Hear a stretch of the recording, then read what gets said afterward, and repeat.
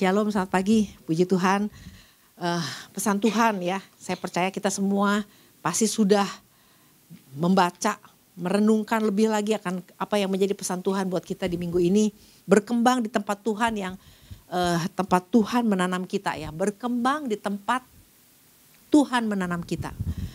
Nah sebelumnya saya akan ingatkan kembali akan apa yang menjadi pesan Tuhan beberapa minggu ini ya, karena kita baru di awal-awal 2025 ya. Nah Tuhan juga pernah ingatkan kita untuk menjadi orang-orang yang gigih ya. Menjadi orang-orang yang gigih dan kenapa Tuhan mau kita jadi orang-orang yang gigih? Karena kalau kita lihat berita aja tahun ini bukan tahun yang lebih baik dari tahun yang sebelumnya, betul nggak? Pasti ada tantangan-tantangan yang pasti jauh lebih sulit ya. Nah, oleh karena itu Tuhan ingatkan kita untuk gigih, tetap gigih. Ya. Kenapa? Karena gigih adalah salah satu kunci dari kemenangan. Nah, sebenarnya dunia pun juga meyakini bahwa orang tuh mesti gigih. Kalau mau dapat sesuatu, mau berhasil, tuh orang harus gigih. Ya. Dunia juga tahu itu. Makanya banyak orang yang berusaha mati-matian, kerja sekuat tenaga, lupa waktu, lupa makan, lupa kesehatan. Ya. Nah, kalau orang percaya mungkin jadi akhirnya mengabaikan ibadah, mengabaikan doa, mengabaikan baca Alkitab, mengabaikan hubungan dengan Tuhan hanya karena apa? Lagi mengejar sesuatu dengan gigih. Nah, tapi Tuhan ingatkan bahwa kegigihan kita sebagai orang-orang percaya bukan sampai lupa semua. Tapi yang Tuhan ingatkan bahwa libatkan Tuhan. Apapun yang kita sedang kejar, apapun yang sedang kita harapkan, Tuhan mau kita gigih, tapi kita mau tetap melibatkan Tuhan. Amin. Nah lalu datang pesan Tuhan di mana kita mau belajar dari seorang Yosua, seorang pemimpin yang memimpin bangsa Israel untuk masuk ke tanah Kanaan. Ini juga seorang, kalau dia sampai dipilih menjadi seorang pemimpin, berarti kan dia orang punya kualitas. Salah satunya tentu gigih. Bagaimana dia mengalahkan Yeriko, itu kan gak gampang, mengalahkan musuh. Nah, tapi di dalam kegigihan pun orang bisa gagal, betul gak? Nah, sama seperti apa yang terjadi sama Yosua, dia gagal mengalahkan Ai karena apa? Pada saat dia pikir dia bisa pakai kekuatan dia pikir bahwa dia punya kemampuan untuk mengalahkan Ai, ternyata dia gagal. Malah di Ai dia gagal, dia dikalahkan. Nah, tapi itulah dari situ dia belajar bahwa ada hal-hal yang dia mau pelajari, bahwa dia mau tetap melibatkan Tuhan. Ada perkara rohani yang mau terus dibangun. Nah, di tahun 2025, mungkin 2024 kita mengalami kegagalan. Nah, Tuhan mau kita merubah, coba. Jangan-jangan selama ini yang kita pikir, saya udah doa kok. Coba pikir lagi. Jangan-jangan bukan doa yang seperti itu yang selama ini, yang bukan doa yang Tuhan mau yang selama ini kita lakukan. Ada perkara-perkara rohani yang harus kita bangun. Ada hubungan-hubungan yang sudah lama mungkin terbengkalai dengan Tuhan. Tuhan mau kita bangun lagi. Tuhan mau kita hidup lagi, mengandalkan Tuhan sebagai satu-satunya kekuatan dalam hidup kita. Nah, untuk itu bukan hanya yang harus dirubah, bukan perkara rohani yang harus diperbaharui. Ada perkara yang lain, yaitu attitude kita. Kenapa nih? Apa hubungannya nih dengan pesan Tuhan minggu ini? Kalau kita hidup, kalau kita nggak punya attitude yang baik, maka untuk berkembang di tempat yang Tuhan untuk menanam kita itu akan sulit. Nanti kita mau belajar itu kenapa bisa menjadi sulit. Nah, kita lihat di dalam ini yang menjadi dasar firman Tuhan, Yeremia 29 ayat yang keempat sampai yang ketujuh. Saya akan bacakan, beginilah firman Tuhan semesta alam. Allah Israel kepada semua orang buangan yang diangkut ke dalam pembuangan dari Yerusalem ke Babel. Nah, di sini Tuhan bilang gini, dirikanlah rumah untuk kamu, diami, buatlah kebun untuk kamu nikmati hasilnya. Ambillah istri untuk memperanakan anak laki-laki dan perempuan. Ambillah istri bagi anakmu laki-laki dan carilah suami bagi anakmu perempuan supaya mereka melahirkan anak laki-laki dan perempuan agar di sana kamu bertambah banyak dan jangan berkurang. 7. Usahakanlah kesejahteraan kota kemana kamu aku buang dan berdoalah untuk kota itu kepada Tuhan sebab kesejahteraannya adalah kesejahteraanmu. Nah, ini yang menjadi dasar firman Tuhan buat pesan Tuhan kita di minggu ini ya. Tuhan mau kita berkembang di tempat Tuhan untuk menanam kita. Kadang-kadang gini, Pembuangan itu merupakan sebuah gambaran, bukan sebuah tempat ya. Kalau tapi kan kita kan nggak pernah ada di dalam pembuangan. Ya pembuangan itu cuma sebuah gambaran. Pesan Tuhan ini memberikan kita gambaran bahwa kadang-kadang dalam hidup kita ini nggak selalu kita ada stabil terus. Kadang-kadang ada di dalam satu posisi di mana dari sini kita bisa ada di sini. Dari yang tadinya punya uang, nggak tahu gimana, bangkrut, tiba-tiba uangnya hilang, nggak punya uang lagi. Yang tadinya punya suami, punya istri, punya pasangan, tiba-tiba suaminya meninggal atau istrinya meninggal. Ini kan semuanya hidup kita berubah. Nah ini yang terjadi dengan orang-orang Israel yang ketika dia harus dari Israel dibawa ke pembuangan. Ini bukan sesuatu kondisi yang baik-baik saja. Mungkin di dalam waktu dia di Israel ada di dalam kondisi yang baik, tiba-tiba dia harus ada di dalam sebuah kondisi yang jauh dari apa yang dia alami di Israel. Semuanya ada di dalam kondisi yang turun. Kondisi yang bukan sesuatu yang biasa dilakukan.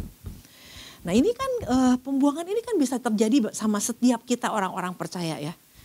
Nah oleh karena itu inilah yang Tuhan ingatkan. Tuhan ingatkan bahwa ya udah, kadang-kadang dalam hidup ini kita juga nggak pernah tahu ya.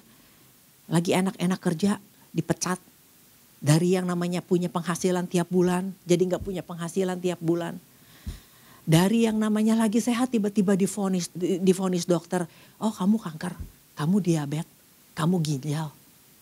Nah ini yang Tuhan ingatkan bahwa ya udah, kalau memang itu sudah terjadi, masa kita mau hidup dalam kesedihan sepanjang waktu. Nah orang-orang Israel yang dibawa ke pembuangan pun juga ini 70 tahun. Dia mau hidup dalam kesedihan. Dia mau hidup dalam berpikir bahwa gue orang gagal. Udah gak ada pengharapan sama sekali. Bakal mati di sini, bakal udah susah. Bakal hidup gue menderita, gue bakal gak jadi apa-apa. Kan bisa orang berpikir seperti itu. Nah tapi kemarin kita ingat juga, ya Pak Petrus juga sempat menyinggung soal Yusuf. Yusuf pun juga kalau kita lihat bahwa kehidupan Yusuf pun tadi dia ada di posisi yang di sini. Tiba-tiba dia harus ada di posisi yang paling rendah. Dia dari anak yang anak paling disayang. Ketika kakak-kakaknya kerja, dia nggak kerja. Dibikinin jubah yang berwarna-warni. Berarti kan ini anak sultan. Walaupun mungkin kakak-kakaknya nggak hidup sesultan dia, tapi dia ini anak sultan gitu. Tapi ada satu titik dia nggak pernah merencanakan, dia nggak pernah bermimpi. Satu hari dia harus sama kakak-kakaknya dia dibuang, dimasukin ke dalam sumur dan dijadiin budak, dia dipasung, dijual beliin sampai akhirnya dia jadi pembantu di rumah Potifar. Setelah dia jadi pembantu di rumah Potifar, dia difitnah. Setelah dia difitnah, dia harus masuk penjara. Ini kan dari satu posisi yang di atas, dia seperti ada di dalam pembuangan. Kondisi yang gak baik-baik saja. Bagaimana kalau kita baca kehidupannya, kalau kita baca kisahnya Yusuf. Apakah dia menangis terseduh-seduh? Apakah dia mengasihani diri? Apakah dia menderita? Dia menyalahkan Tuhan, dia menyalahkan diri sendiri, dia menyalahkan kakak-kakaknya, dia gak bisa ngampunin kakak-kakaknya. Apakah dia hidup seperti itu? Kalau sampai dia hidup seperti itu, maka dia gak akan pernah bisa menjadi Yusuf yang kita baca. Yang akhirnya dia bisa menjadi penguasa hebat di Mesir. Betul gak? Nah kadang-kadang kita gak pernah bermimpi kita hidup bisa ada dari atas bisa sampai di bawah. Bukan artinya gini, oh kan orang Kristen kan mestinya gak hidup seperti, iya memang gak seperti itu. Tapi kadang-kadang kita ada proses-proses yang harus dilewati. Daniel juga sama. Daniel juga adalah anak pejabat di Israel. Dia juga termasuk orang yang dibawa ke pembuangan. Nah, tapi apakah dia menjadi orang yang menangisi hidupnya, mengasihani diri sampai sedihnya berlarut-larut kan enggak. Nah ini yang dikatakan Tuhan bilang gini, usahakanlah kesejahteraan. Kota kemana kamu aku buang dan berdoalah untuk kota itu kepada Tuhan sebab kesejahteraannya adalah kesejahteraanmu. Nah Tuhan di ayat yang kelima dikatakan, dirikanlah rumah bagi kamu diami, buatlah kebun untuk kamu nikmati hasilnya. Ini Tuhan mau kita gini. Memang kita ada di dalam kondisi yang gak baik. Berdamai. Rubah cara kita, attitude kita, cara sikap kita, cara pikir kita, cara pandang kita. Berubah. Tuhan mau kita berdamai dengan keadaan apapun. Hari ini mungkin keadaannya tidak seperti yang kita harapkan. Tapi Tuhan mau kita berdamai dengan situasi, dengan keadaan. Nah ketika Yusuf maupun Daniel berdamai dengan keadaan, ya udah dia mulai hidup di tempat yang baru, di posisi yang baru. Dan ketika mereka hidup di dalam posisi yang baru, dia tetap percaya bahwa Tuhan menyertai, dia tetap membangun kehidupan rohani, takut akan Tuhan ada pada Yusuf, sehingga ketika dia dipaksa untuk melakukan dosa, dia nggak melakukan dosa, dia nggak mau kompromi. Nah inilah yang namanya orang kalau udah berdamai dengan situasi, dia nggak mau yang namanya mulai, udah kompromi aja, ini mah gara-gara Tuhan hidup gue jadi susah. Karena Tuhan ini mah hidup gue aja. Kan nggak seperti itu, tapi dia mulai berdamai dengan situasi. Nah kalau orang bisa berubah sikapnya, berdamai dengan situasi, nah disitulah Tuhan tahu bahwa di dalam kita ini tuh kita punya kemampuan, kita bisa menjadi tanaman yang terus berkembang. Disitulah makanya kita lihat kisahnya Yusuf dan Daniel. Apa yang mereka lakukan? Mereka bisa bermanfaat, mereka bisa berfungsi, mereka melakukan tugasnya, mereka melakukan kewajibannya, mereka melakukan semua yang mereka hadapi itu, mereka lakukan dengan antusias. Mereka bisa melakukan yang terbaik. Dan sampai Potifar bisa melihat dan Yusuf ini kerjanya baik. Penjara pun bisa lihat ini orang kerjanya baik. Coba kalau dia hidup di dalam mengasihani diri. Merasa jadi korban, aduh gue korban. Orang kalau udah merasa jadi korban, gak akan mungkin bisa memberikan yang terbaik dalam hidupnya. Nah ini kan kenapa Tuhan memberikan pesan ini, karena gini loh. Dalam hidup sehari-hari banyak. Gak sedikit orang pun yang merasa sampai bertahun-tahun hidup menjadi korban, merasa menjadi korban. Gak mau melakukan ini, hidupnya cuma nyalahin orang, menyalahkan diri sendiri, nyusahin orang. Boro-boro menjadi tanaman yang bisa berfungsi, jadi benalu akhirnya. Ada seorang ibu, ditinggal suami, punya anak 4. Biasa hidup dalam kondisi yang cukup mewah. Punya rumah bagus, rumah besar, hidup dengan kondisi yang cukup mewah. Satu hari tanpa si orang ini merencanakan, suaminya meninggal. Nah dia harus berusaha sendiri dengan kekuatan dia harus berusaha untuk bisa menghidupi keadaan rumah tangganya, betul nggak? Ini kan sesuatu yang nggak pernah dimimpiin, tiba-tiba harus jadi single mother. Nah kalau dia nih udah tahu waktu suaminya hidup ada uang, kelimpahan uang, hidup enak. Begitu gak ada suami, gak ada pemasukan, hidup kan harus berubah. Dia harus menyesuaikan diri dengan apa yang ada pada dia untuk bisa berdamai dengan keadaan. Nah ini kan kagak. Udah gak ada suami, gaya hidup gak dirubah. Nyewa ngontrak rumahnya gede. Kalau rumah gede kan harga sewanya juga mahal. Udah harga sewanya mahal kan gak punya uang. 1 tahun bisa bayar. Tahun kedua belum tentu bisa bayar. Betul gak? Nah ini mulai nyusahin orang. Mulai ngarep dari orang.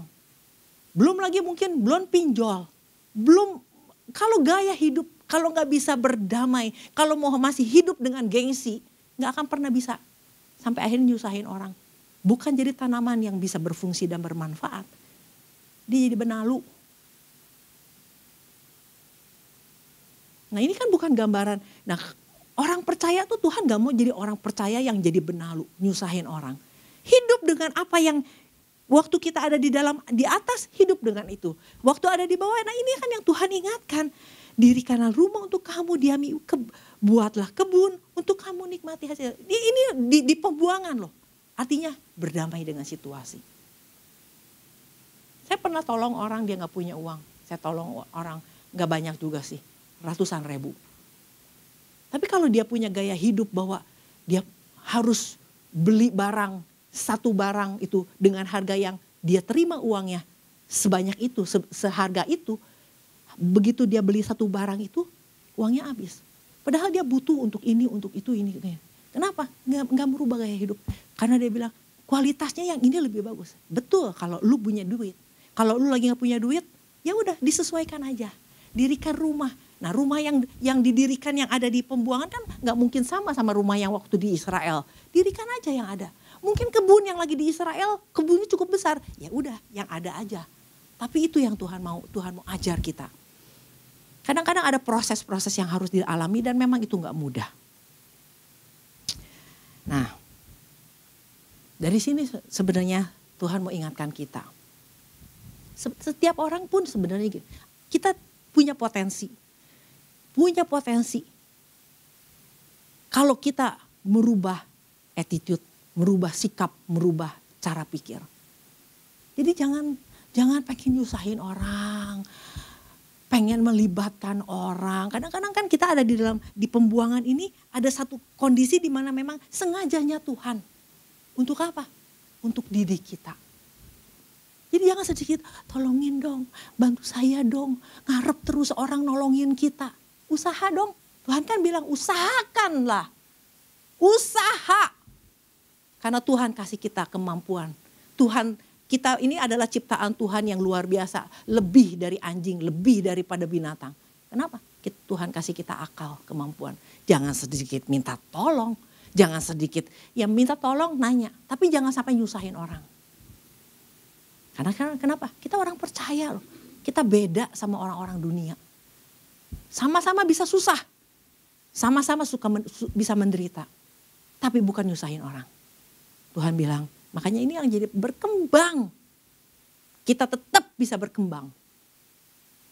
Kadang-kadang ada orang yang ujuk-ujuk divonis sakit ginjal.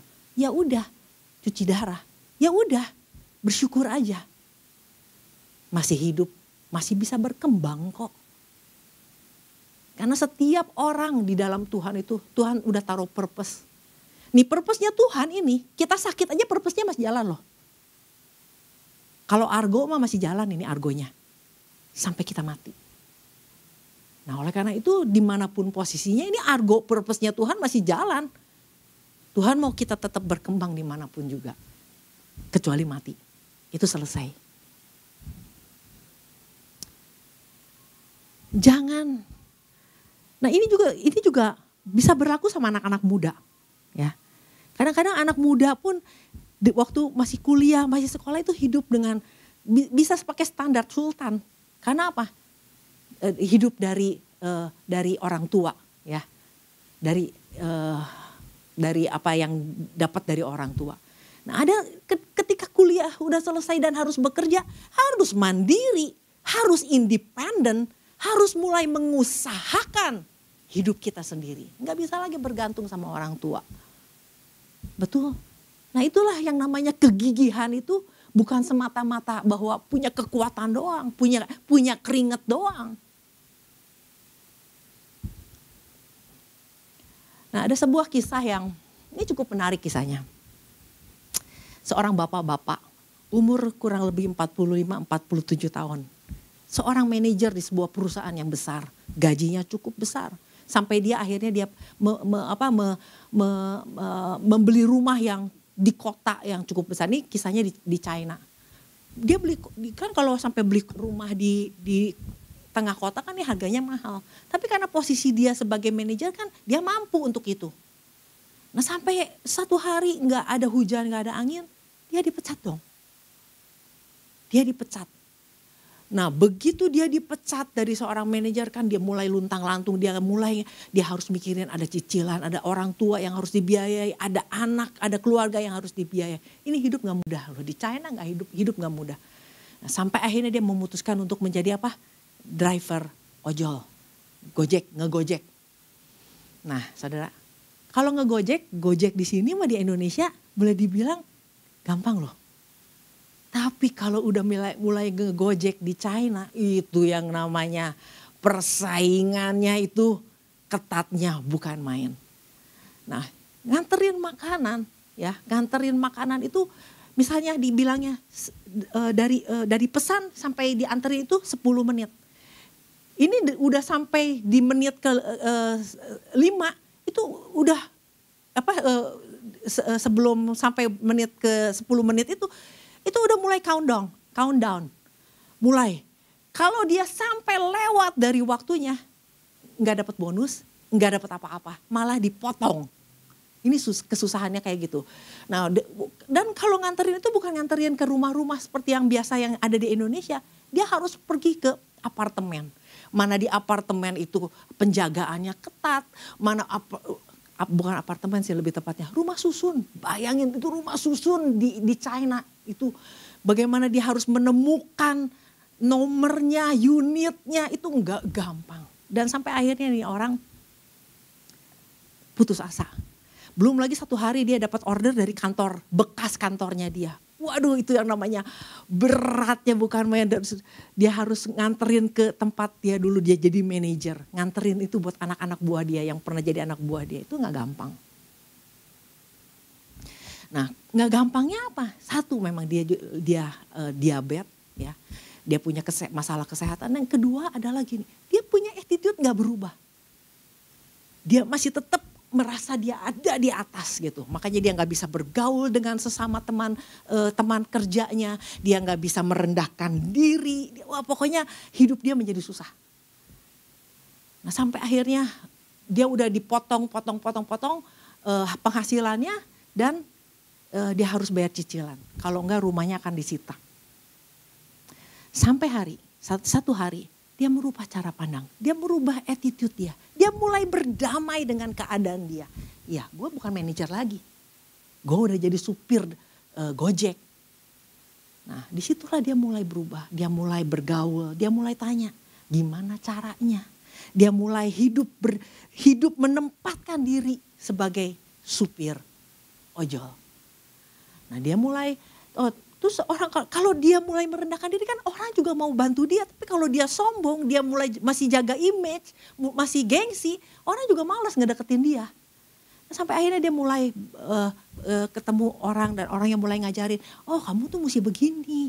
Kalau ketemu ke restoran juga bantuin di restoran itu. Nanti orang yang punya restorannya dia akan gini-gini, dikasih tahu cara-caranya. Dan dia mulai berpikir, gimana supaya bisa cepat datang ke apartemen, ke rumah susun yang begitu renyek kan. Waduh, di China tuh kan rumah susunnya begitu ini. Dan dia mulai apa? Dia mulai jalanin naik motor.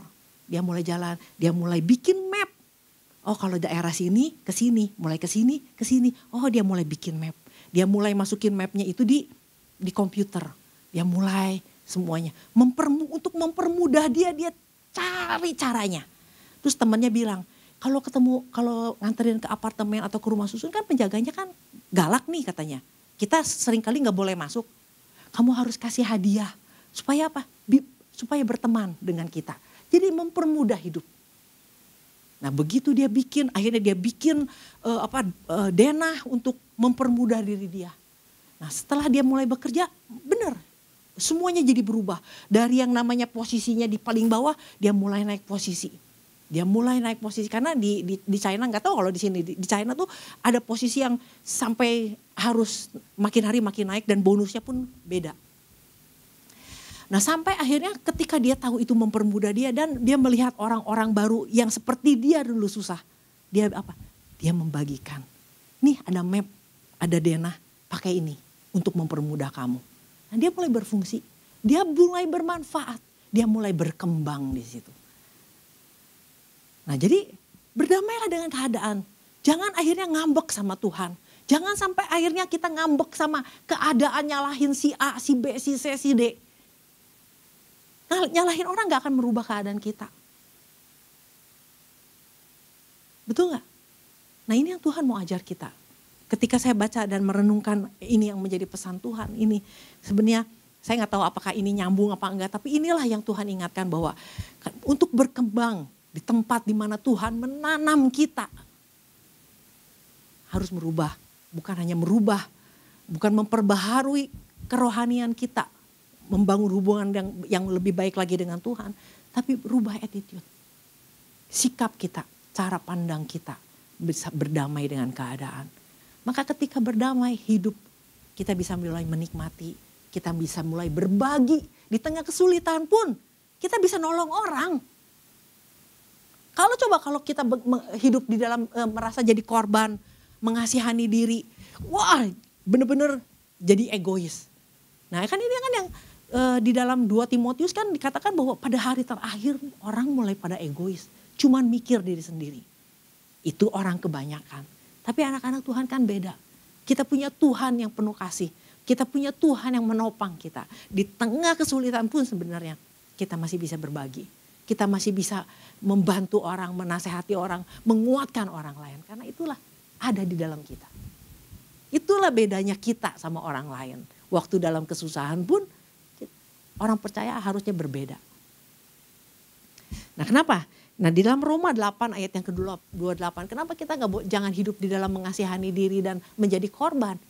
Harus punya keyakinan bahwa dikatakan bahwa kita tahu sekarang ya bahwa Allah turut bekerja dalam segala sesuatu untuk mendatangkan kebaikan bagi mereka yang mengasihi Dia, yaitu bagi mereka yang terpanggil sesuai dengan rencana Allah. Siapa di sini yang terpanggil untuk masuk dalam rencana? Kita. Kita terpanggil mana? Oleh karena itu kalau kita terpanggil, Tuhan akan terus menyertai kita, menolong kita supaya apa? Panggilan kita bisa digenapi. Nah ya, kalau di dalam terjemahan yang lain dikatakan Allah mengatur segala sesuatu sehingga menghasilkan yang baik. Allah yang mengatur. Allah turut bekerja, artinya Allah bisa pakai semua yang terjadi itu. Ya, Tuhan bisa pakai segala sesuatu, bisa pakai keadaan, bisa pakai teman, bisa pakai musuh kita, bisa pakai siapapun juga yang kita temui, bisa pakai semuanya. Untuk apa? Untuk membawa kebaikan buat kita. Itulah di situ Tuhan terlibat. Kalau kita mau melibatkan Tuhan, kalau kita tetap waktu dalam keadaan susah, kita tetap membangun hubungan sama Tuhan. Kadang-kadang kan orang ngambek, kenapa sakit Tuhan, kenapa sakit? Aduh kalau saya mah ya, ini saya juga ada satu penyakit yang saya paling takut jauh dari Tuhan. Saya pengen tetap dalam kondisi sakit pun juga kalau saya bersama dengan Tuhan, saya dapat melakukan perkara-perkara yang dahsyat. Amin. Bersama Tuhan, di dalam Tuhan itu. Bukan jadi Kristen. Kristen aja gak cukup kalau kita gak di dalam Tuhan. Kalau kita gak berjalan bersama Tuhan. Kenapa? Karena kita gak pernah tahu kondisi kita akan menjadi seperti apa. Betul gak? Nah oleh karena itu ini yang Tuhan ingatkan. Kita masih bisa bertumbuh. Kemarin juga Saudara Marbun bilang. Gak usah jadi tumbuhan yang gimana, jadi singkong aja deh. Cukup. Ya. Kayak lagu Kus Plus. Batang kayu dilempar aja jadi tanaman. Jadi singkong. Semudah itu. Itulah kita. Nah cuman bagaimana kita memanagenya. Dengan sikap kita. Kalau sikap kita mau terus berdamai dengan keadaan. Dan di dalam keadaan terendah sekalipun juga. Kalau kita singkong kita masih bisa tumbuh. Kita bisa jadi sesuatu. Amin. Nah oleh karena itu ini saya gak bicara buat yang dengar aja. Saya juga bicara sama diri kita sendiri. Karena tahun 2025 kita gak pernah tahu kehidupan apa yang akan kita hadapi. Tapi kita percaya lewat pesan Tuhan ini Tuhan ingatkan. Kita masih bisa bertumbuh dalam keadaan apapun juga. Karena apa? Ada Tuhan yang menyertai kita. Dan Tuhan bukan cuma ada Tuhan yang menyertai kita. Tuhan bilang, aku akan memberikan seorang penolong. Ada Roh Kudus. Tinggal kita libatkan aja. Nah, oleh karena itulah biarlah ini menjadi pesan kekuatan buat kita. Kita tangkap apa pesan Tuhan ini buat kita. Bahwa apapun kondisi saya hari ini. Saya berdamai keadaan. Saya akan tetap mengusahakan. Saya akan tetap mendirikan rumah. Mendirikan apapun yang saya bisa dirikan. Karena apa? Ada kekuatan dari Tuhan. Amin. Demikian firman Tuhan, Tuhan berkati.